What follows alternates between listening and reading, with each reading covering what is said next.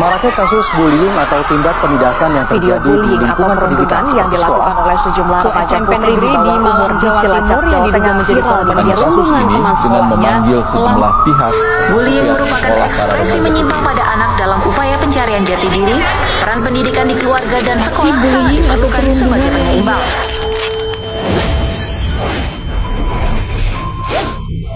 Assalamualaikum warahmatullahi wabarakatuh. Perkenalkan, kami dari kelompok 1.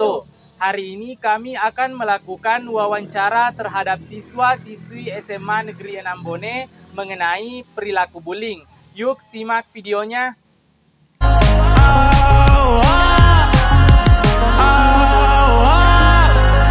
I'll be fucked up if you can't be right. Yeah. I do the same thing. I told you that I never would. I told you I changed, even when I knew I never could. Know that I can't find nobody else as good as you. I need you to stay, need you to stay. I do the same thing. I told you that I never would. I told you I changed, even when I knew I never could. Know that I can't find nobody else as good as you. I need you to stay, need you to stay. When I'm away from you, I miss your touch. Assalamualaikum warahmatullahi wabarakatuh. Hai teman-teman, perkenalkan saya Onur Laguna. Dan saya Nur Faida. Hari ini kami berdua akan melakukan penelitian sosial terhadap siswa-siswi SMA Negeri 6 Bone mengenai apa sih itu bullying. Yuk simak videonya. Nah, di sini saya sudah bersama dengan salah satu siswi SMA Negeri 6 Bone yang pada hari ini akan menjadi narasumber pertama kami. Bisa diperkenalkan namanya siapa? Perkenalkan, nama saya Mutmainah dari kelas 11 IPS 2. Baik, untuk Kak Mutmainah, apakah sudah siap menerima pertanyaan dari saya? Ya, siap. Baik, pertanyaan pertama, menurut kakak, apa itu tindakan bullying? Bullying adalah segala bentuk kekerasan yang dilakukan oleh seseorang yang merasa dirinya kuat kepada kaum yang lemah untuk melakukan kekerasan fisik seperti memukul dan sebagainya.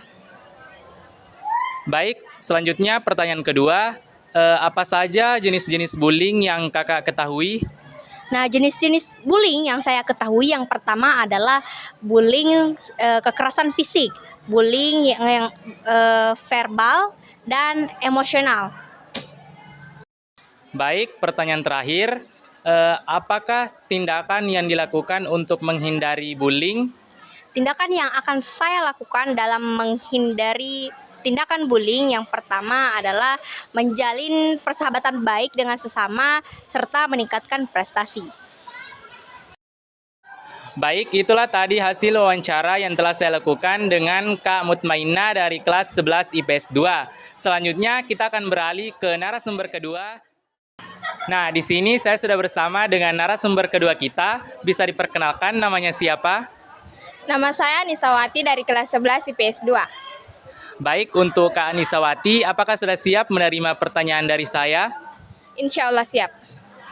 Baik, pertanyaan pertama, menurut kakak, apa sih itu tindakan bullying? Bullying adalah segala tindakan atau segala agresif yang dilakukan kepada orang tertentu. Baik, pertanyaan kedua, apa saja jenis-jenis bullying yang kakak ketahui? Bullying verbal yaitu pelecehan fisik sosial. Selanjut, pertanyaan terakhir, bagaimana tanda-tanda anak yang terkena bullying? Munculnya memar-memar di tubuhnya, goresan luka di kulit, dan munculnya luka secara tiba-tiba. Oke, baik, terima kasih saya sampaikan kepada Kak Nisawati dari kelas 11 IPS 2. Selanjutnya kita akan beralih ke narasumber ketiga yang akan diwawancarai oleh Nur Faida. Nah, teman-teman, di sini saya sudah bersama dengan narasumber terakhir kita. Bisa diperkenalkan namanya, Kak? Baik, perkenalkan nama saya Musniati Tahantaro dari kelas 11 IPS 1. Nah, saya akan memberikan beberapa pertanyaan kepada Kak Musniati. Baik, saya akan memberikan pertanyaan pertama kepada Kak Musniati. Pertanyaannya adalah, menurut kakak apa sih itu tindakan bullying? Bullying adalah sesuatu tindakan yang bisa berupa tindakan fisik maupun lisan. Baik, saya akan memberikan pertanyaan kedua kepada Kak Musniati. Pertanyaannya adalah, apa saja jenis-jenis bullying yang kakak ketahui?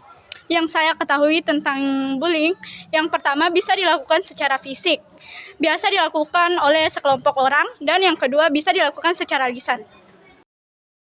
Nah, sekarang pertanyaan terakhir. Apa saja yang membuat seseorang melakukan tindakan bullying?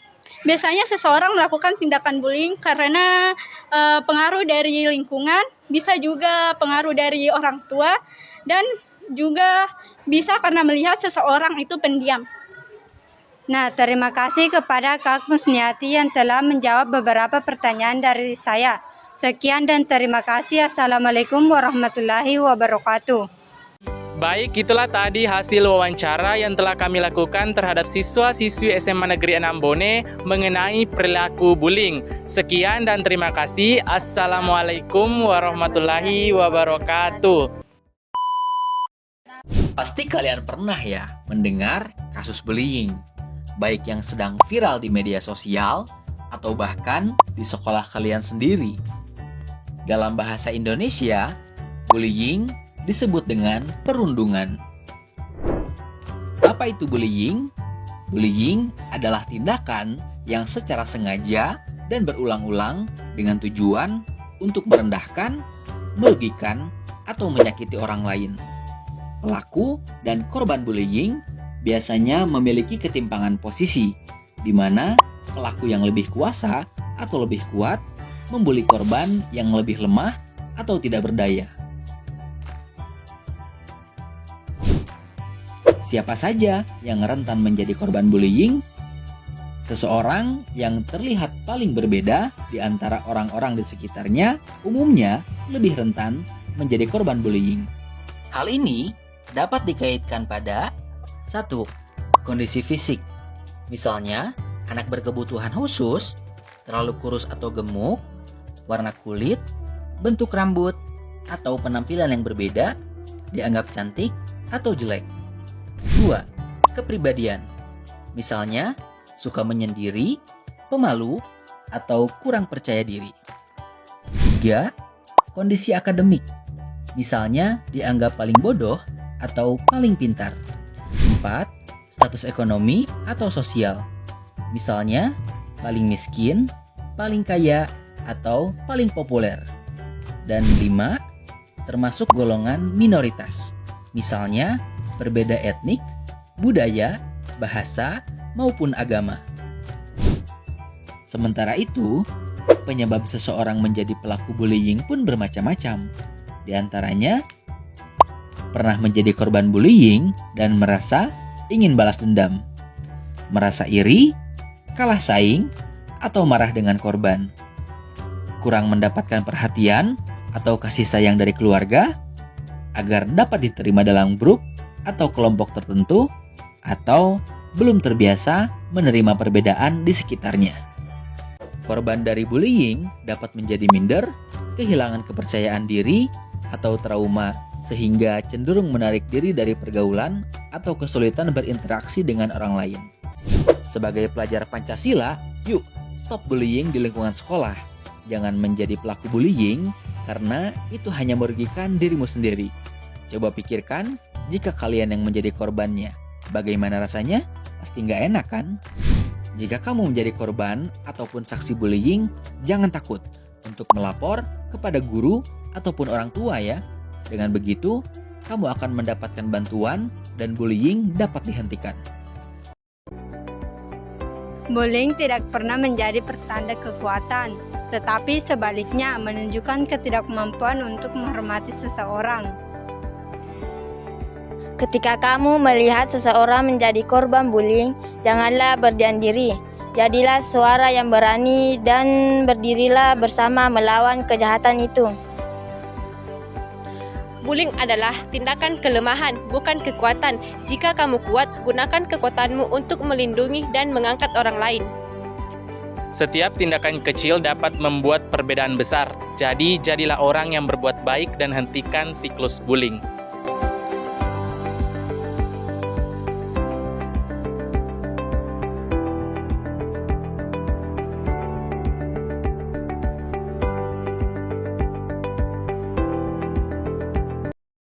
Nah, itulah tadi hasil wawancara yang telah kami lakukan. Sekian dan terima kasih. Assalamualaikum warahmatullahi wabarakatuh.